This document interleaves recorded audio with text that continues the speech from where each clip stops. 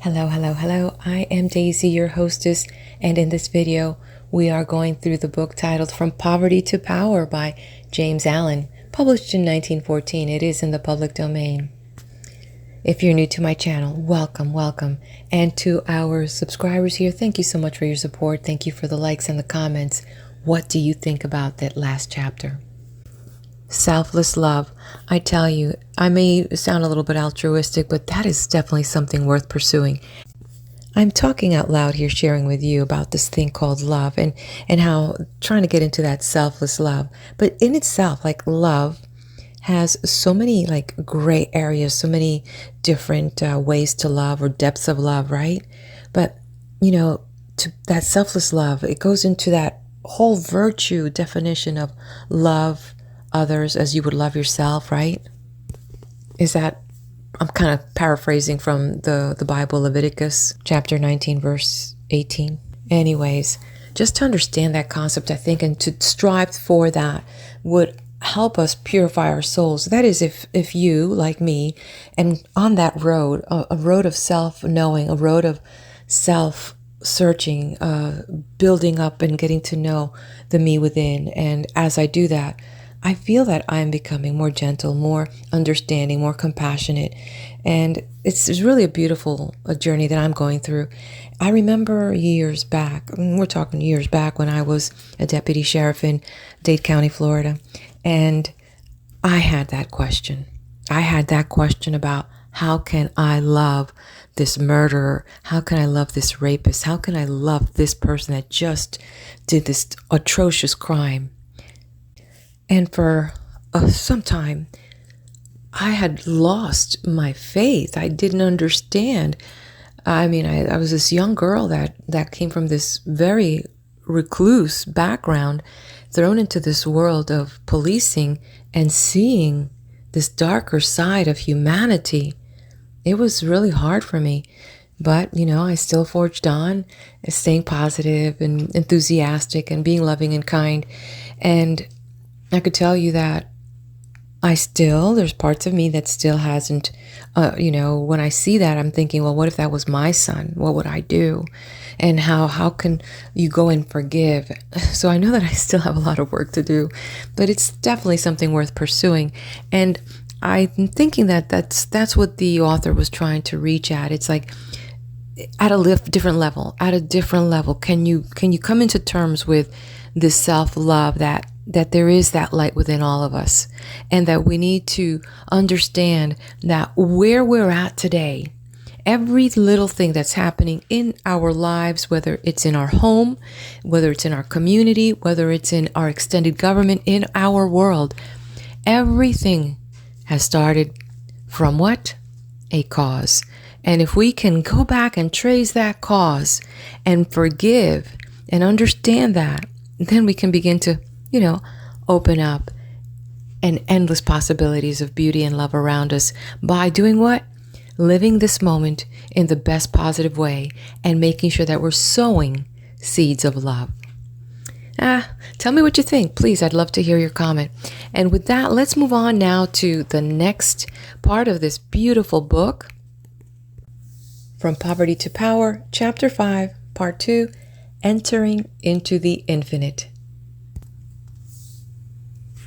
From the beginning of time, man, in spite of his bodily appetites and desires, in the midst of all his clinging to earthly and impermanent things, has ever been intuitively conscious of the limited, transient, and illusory nature of his material existence, and in his sane and silent moments has tried to reach out into a comprehension of the infinite, turning with tearful aspiration toward the restful reality of the eternal heart.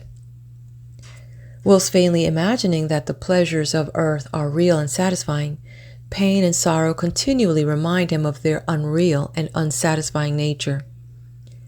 Ever striving to believe that complete satisfaction is to be found in material things, he is conscious of an inward and persistent revolt against this belief.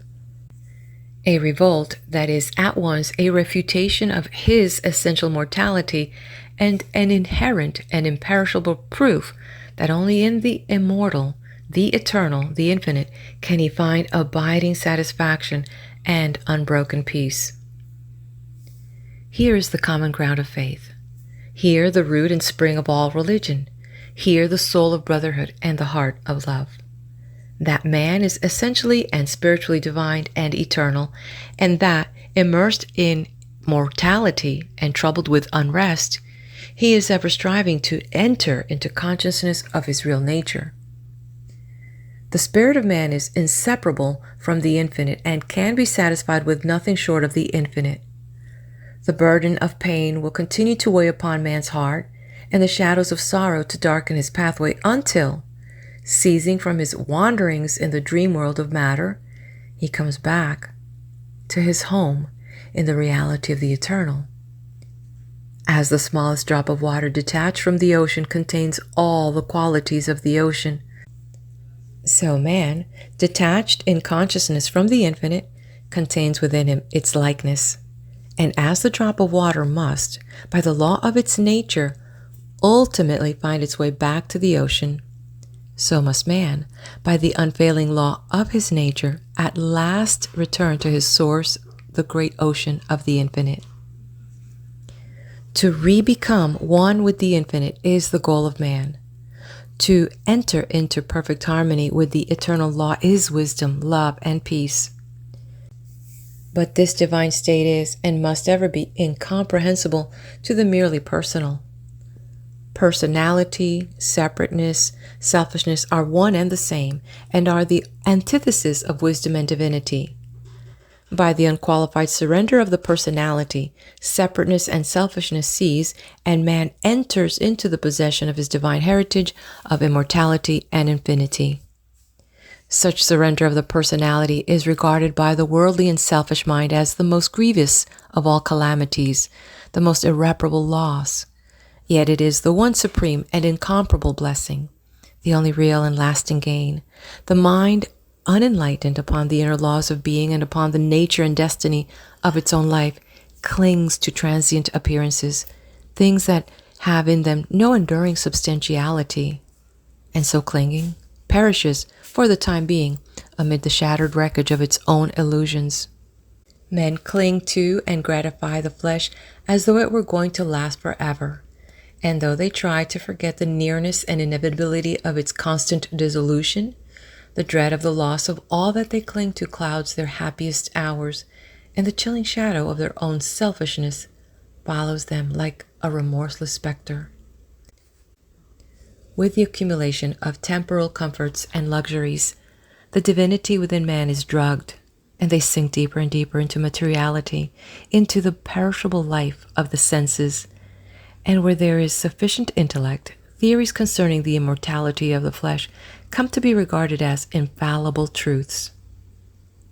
When a man's soul is clouded with selfishness in any or every form, he loses the power of spiritual discrimination and confuses the temporal with the eternal, the perishable with the permanent, mortality with immortality, and error with truth.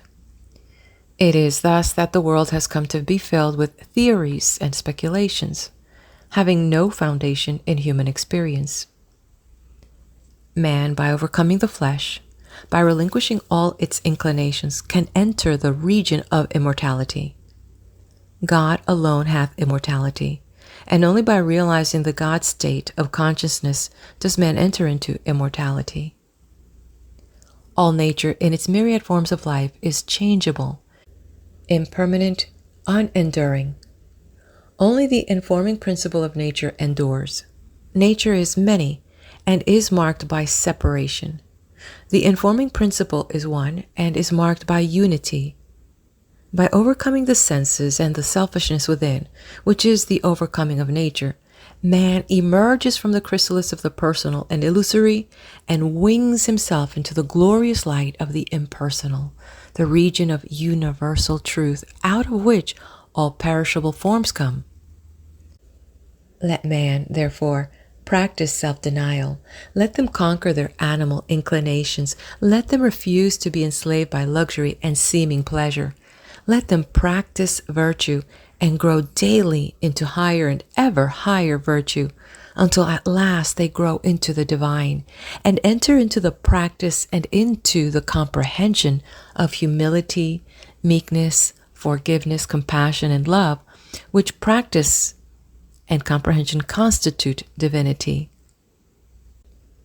Goodwill gives insight, and only he who has so conquered his personality that he has but one attitude of mind, that of goodwill toward all creatures, is possessed of divine insight and capable of distinguishing the true from the false.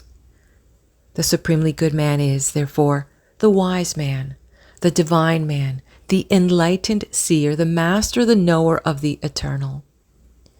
Where you find unbroken gentleness, enduring patience, sublime lowliness, graciousness of speech, self-control, self-forgetfulness, and deep and abounding sympathy, look there for the highest wisdom. Seek the company of such a one, for he has realized the divine. He lives with the eternal. He has become one with the infinite. Believe not him that is impatient, given to anger, boastful, who clings to pleasure and refuses to renounce his selfish gratifications, who practices not goodwill and far-reaching compassion. For such a one hath not wisdom. Vain is all his knowledge, and his works and his words will perish, for they are ground on that which passes away. Let a man overcome the world. Let him deny the personal. By his pathway only can he enter into the heart of the infinite. The world, the body, the personality are mirages upon the desert of time, transitory dreams in the dark night of spiritual slumber. Those who have crossed the desert, those who are spiritually awakened, have alone comprehended the universal reality where all appearances are dispersed and illusions are destroyed.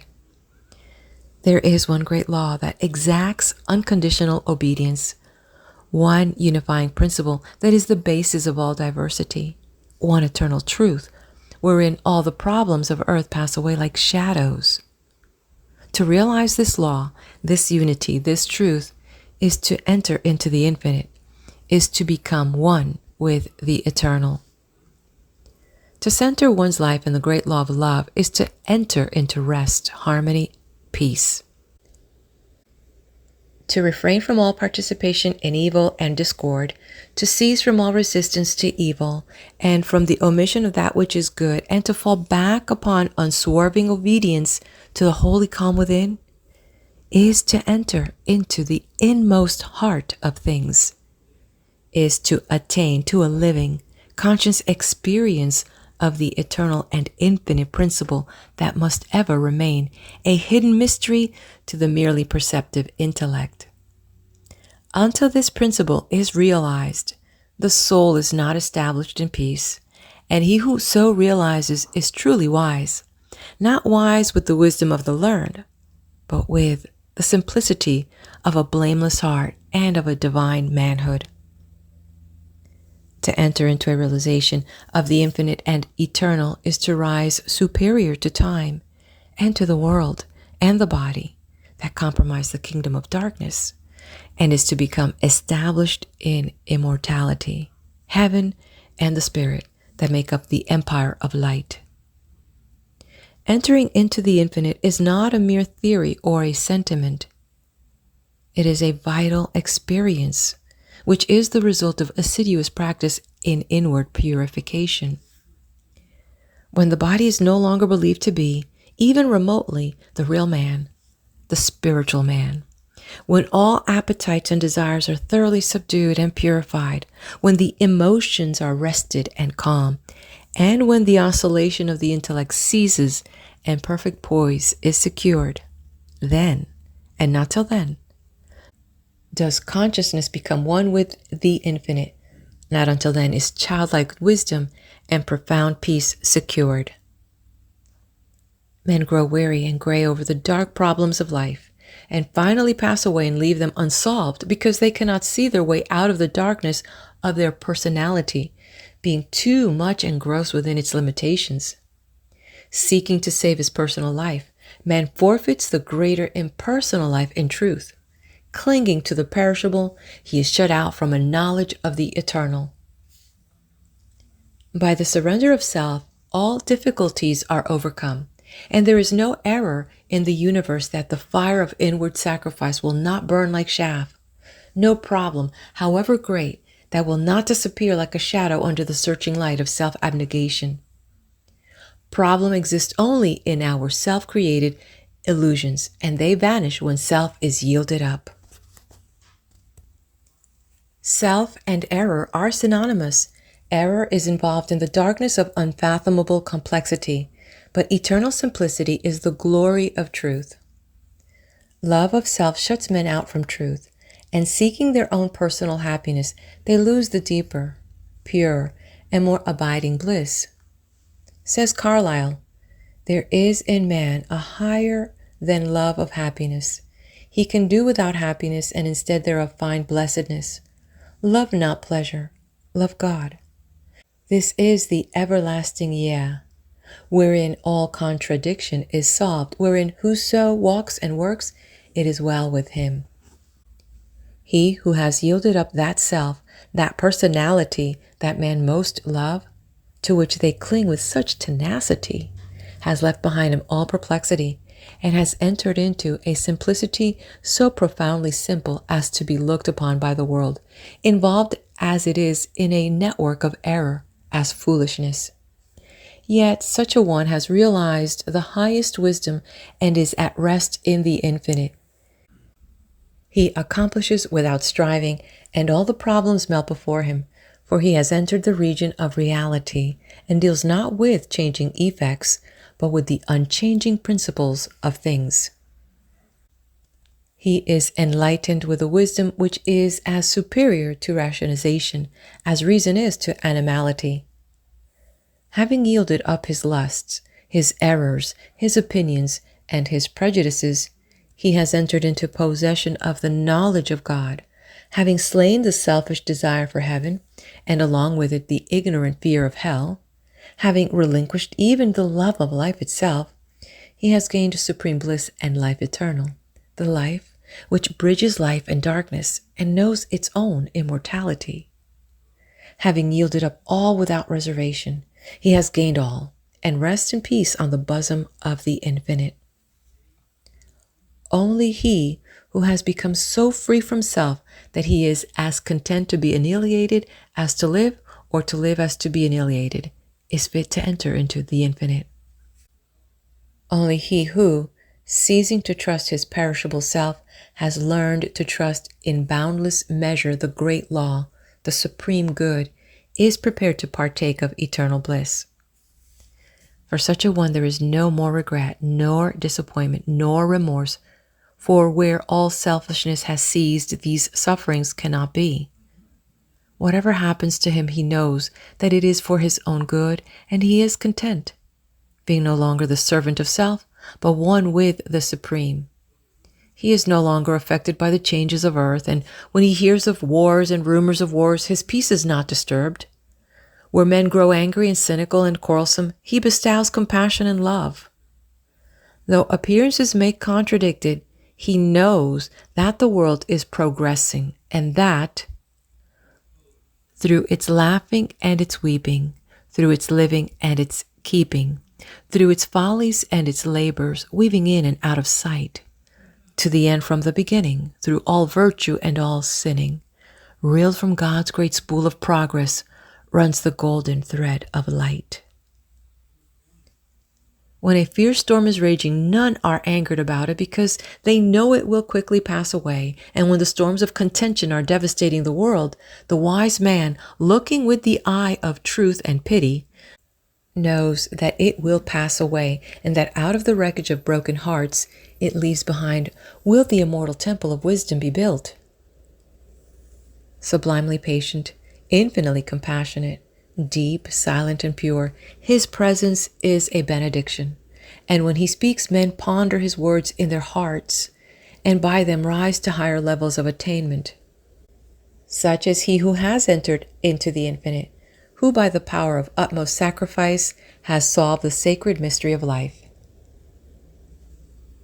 Questioning life and destiny and truth, I sought the dark and labyrinthine Sphinx, who spake to me this strange and wondrous thing. Concealment only lies in the blinded eyes, and God alone can see the form of God. I sought to solve this hidden mystery vainly by paths of blindness and of pain. But when I found the way of love and peace, concealment ceased, and I was blind no more. Then saw I God even with the eyes of God. End of Chapter 5, Part 2. Hit that like button, subscribe to the channel. Let's head over to the next video for Chapter 6, Part 2.